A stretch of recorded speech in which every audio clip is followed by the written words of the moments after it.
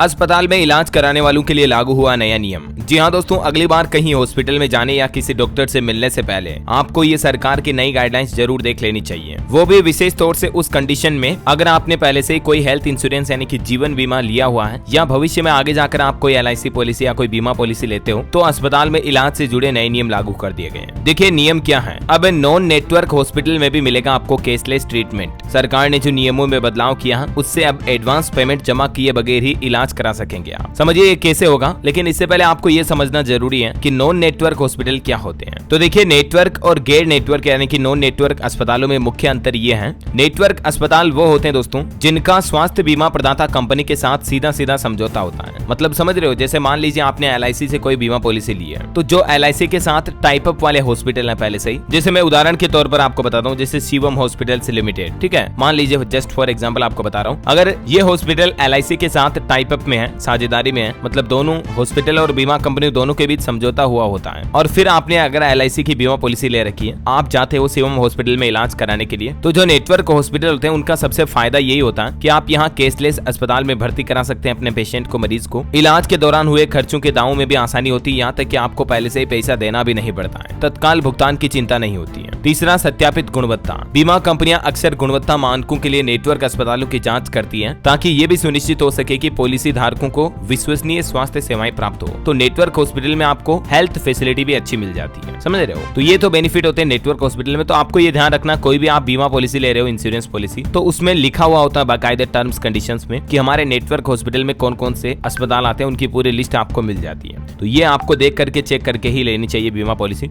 अब समझिए गैर नेटवर्क अस्पताल वो होते हैं जिनका सीधा सीधा कोई स्वास्थ्य बीमा प्रदाता कंपनी के साथ कोई अनुबंध टाइप अप नहीं होता है। तो बाकी सभी हॉस्पिटल गैर नेटवर्क हॉस्पिटल ही हो गए जिनका बीमा कंपनी से कोई लेना देना नहीं है। अब अगर आप ऐसे हॉस्पिटल में जाते हो तो इतने दिन क्या था, पहले उपचार प्रारंभ करने के लिए लागत आपको वहन करनी पड़ती थी, जो कि किसी बड़ी चिकित्सा आपातकालीन स्थिति में आर्थिक रूप से भारी पड़ सकता है। जेब से आपको पैसा खर्च करना पड़ता है, और फिर आपका हॉस्पिटल का खर्चा भले ही बीमा कंपनी वापस क्लेम कर देगी, लेकिन उसमें भी काफी लंबी प्रक्रिया और प्रोसेस शामिल होती है। आपको हॉस्पिटल के बिल, दस्तावेज वगैरह सब कुछ सबमिट करने पड़ते हैं, है ना। तो ये सब कुछ लपड़े अब सरकार खत्म करने जा रही है, और बीमा इंश्योरेंस पॉलिसी से जुड़े नए नियमों के मुताबिक नॉन नेटवर्क हॉस्पिटल में भी अब आपको कैशलेस ट्रीटमेंट मिल पाएगा और एडवांस पेमेंट जमा किए बगैर ही आपको इलाज मिलेगा। अब इसके लिए सबसे महत्वपूर्ण बात है आपको ध्यान देने वाली जो है ना, हेल्थ इंश्योरेंस से जुड़े हाल ही में कुछ नए नियमों को जो अपडेट किया उनको समझिए आप, ताकि पॉलिसी धारकों को हॉस्पिटल इलाज कराने में कैसी सुविधा मिलेगी। सबसे पहले आप अपनी पॉलिसी को समझें। कुछ पॉलिसियों में नॉन नेटवर्क अस्पतालों में कैशलेस इलाज की सुविधा देने के लिए अपग्रेड या एडजस्टमेंट करने की जरूरत हो सकती है, ठीक है। दूसरा पॉइंट, प्री अप्रूवल प्रोसेस कैसी है आपकी पॉलिसी में। नॉन नेटवर्क अस्पतालों में अब आप कैशलेस इलाज तो करा सकते हैं, लेकिन इसके लिए प्री ऑथराइजेशन की जरूरत होती है। जेब से आपको पैसा खर्च करने से बचने के लिए ये एक जरूरी कदम है। जैसे ही आप अस्पताल में भर्ती होते हो तो उसके तुरंत बाद फौरन आपको बीमा कंपनी को सूचित करना चाहिए, जो कि आपको ट्रीटमेंट प्लान और अनुमानित लागत की समीक्षा करेगी, ठीक है। प्री ऑथराइजेशन के भी कुछ चरण स्टेप्स होते हैं जिसमें आपके कुछ इंपोर्टेंट डॉक्यूमेंट वगैरह चेक किए जाएंगे, हॉस्पिटल बिल वगैरह। अमूमन आपके रिपोर्ट देने के 1 घंटे के अंदर अंदर बीमा कंपनी जवाब दे देती है। बाकी दस्तावेज सभी तैयार रखें, जैसे आपकी बीमा पॉलिसी का विवरण, इंश्योरेंस कार्ड, आपका Aadhaar card, PAN card, medical report, doctor का पर्चा वगैरह सब कुछ आपको बीमा कंपनी को सबमिट करने पड़ेंगे। और अगर कोई इमरजेंसी मामला है, आपातकालीन मामला, तो उस स्थितियों में कुछ बीमा कंपनियां इलाज के बाद ऑथराइजेशन प्रदान करती हैं। तो इसके लिए फौरन इलाज कराने और बाद में मंजूरी लेने की सुविधा मिलती है। इसका लाभ उठाने के लिए अस्पताल में भर्ती होने के 24 घंटे के अंदर बीमा कंपनी को सूचित करना ही होगा, ठीक है। इसके अलावा भी आप हॉस्पिटल की TPA डेस्क से भी मदद ले सकते हैं। बीमा कंपनी के बीच और हॉस्पिटल के बीच अगर कोई मध्यस्थता है तो आपको हॉस्पिटल TPA डेस्क पर भी जानकारी मिल जाएगी। आपके कौन कौन से खर्चे इंश्योरेंस क्लेम में आपको रिफंड मिलेंगे, नहीं मिलेंगे, जो भी है डिटेल आपको मिल जाएगी, ठीक है ना। तो ये दोस्तों अस्पताल में इलाज कराने वालों के लिए कुछ नए नियम लागू हुए। मैंने आपको डिटेल जानकारी बता दी सभी की, पॉइंट टू पॉइंट वाइज। अब भी आपके मन में कोई सवाल है इससे जुड़ा तो बिल्कुल बेझिझक मुझे नीचे कमेंट करके पूछिएगा, मैं रिप्लाई करने की जरूर कोशिश करूंगा। और बाकी इस वीडियो को लाइक और शेयर करना, DLS न्यूज चैनल को सब्सक्राइब करके बेल आइकन जरूर दबा देना, रोजाना ऐसी इन्फॉर्मेटिव काम की खबरें देखते रहने के लिए। जय हिंद, जय भारत, वंदे मातरम।